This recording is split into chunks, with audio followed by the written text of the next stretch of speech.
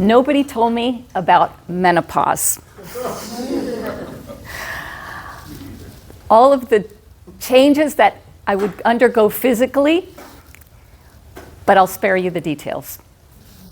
Nobody told me about the feelings of impending mortality or the feelings of self-doubt or the thoughts of what comes next.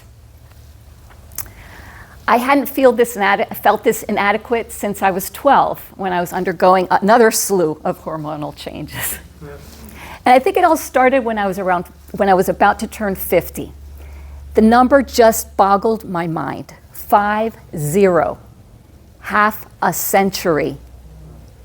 The second half of my life. Well, actually, more like the last part of the second third of my life, right? And not much changed between 49 and 50, but I got this little card in the mail that said AARP and entitled me to 15% off at Denny's. How can that not boggle your mind, right? So there I was. And then if the hormonal changes weren't enough, there was another slew of changes that happened to everybody during the pandemic, right? And we all had to face that.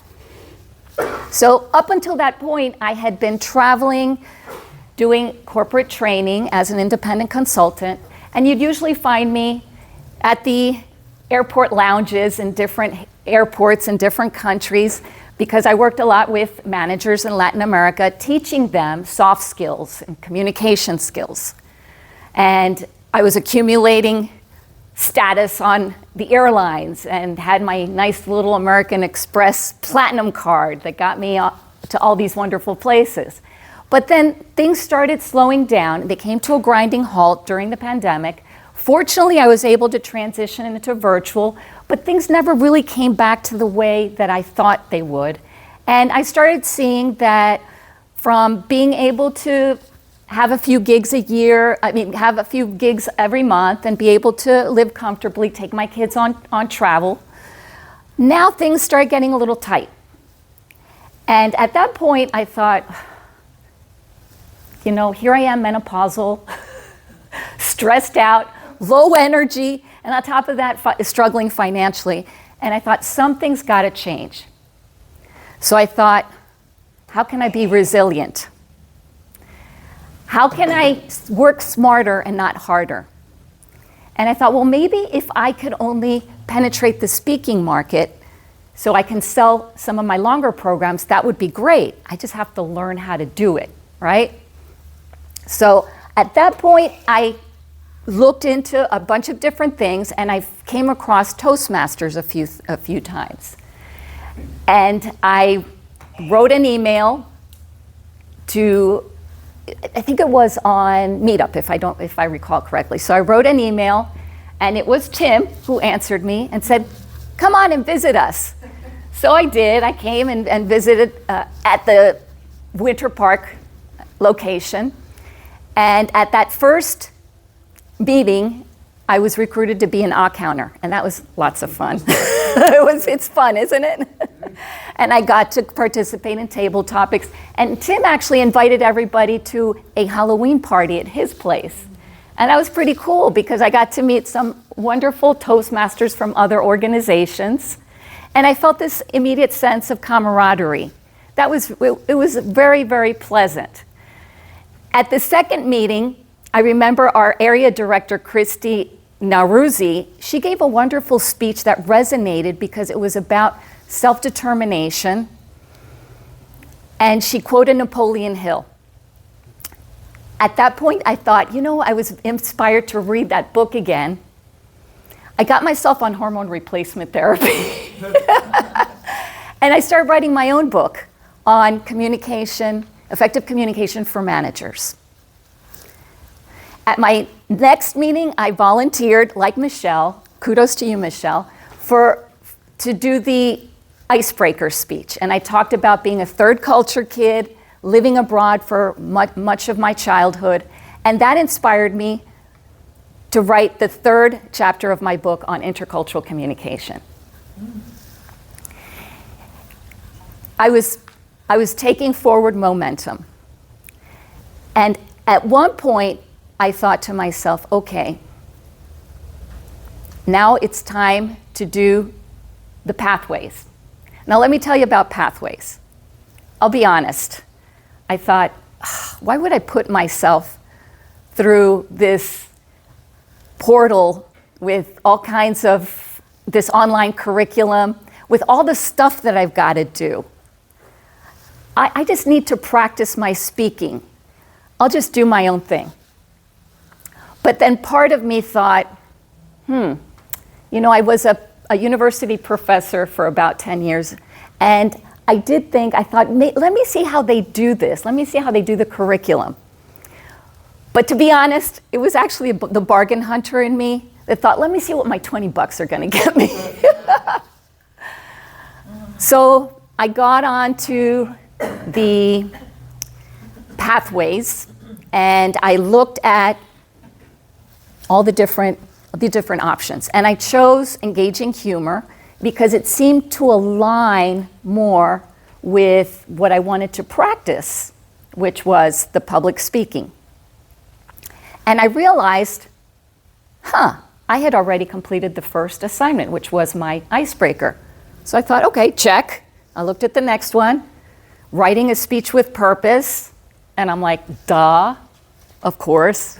How difficult could that be? I already had another one lined up. So I said, check. Let me continue.